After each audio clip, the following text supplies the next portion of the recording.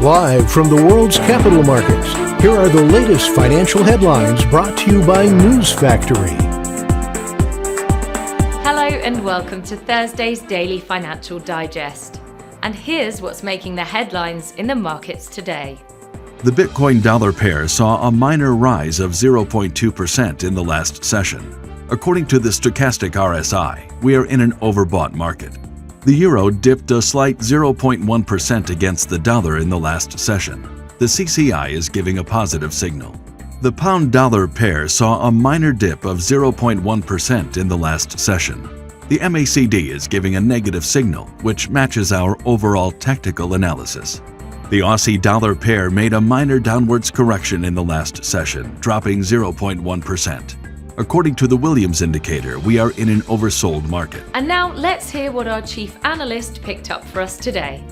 Amazon.com Inc.'s cloud computing unit introduced two new custom computing chips aimed at helping its customers beat the cost of using chips from Intel Corp and Nvidia Corp. UK shares rebounded, boosted by a recovery in travel and commodity-linked stocks after concerns around the Omicron coronavirus variant eased slightly.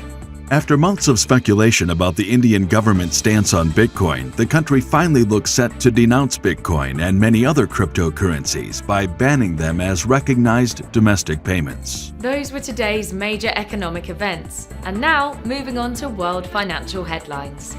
The French 10-year bond auction will be released at 10:00 GMT, the Eurozone's unemployment rate at 10:00 GMT, the U.S. initial jobless claims at 13:30 GMT.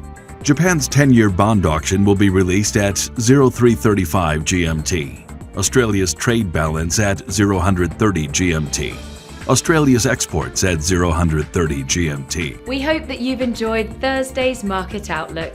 On behalf of all of us here, we wish you a productive trading day. Be sure to join us tomorrow morning for the latest news and events from the financial markets.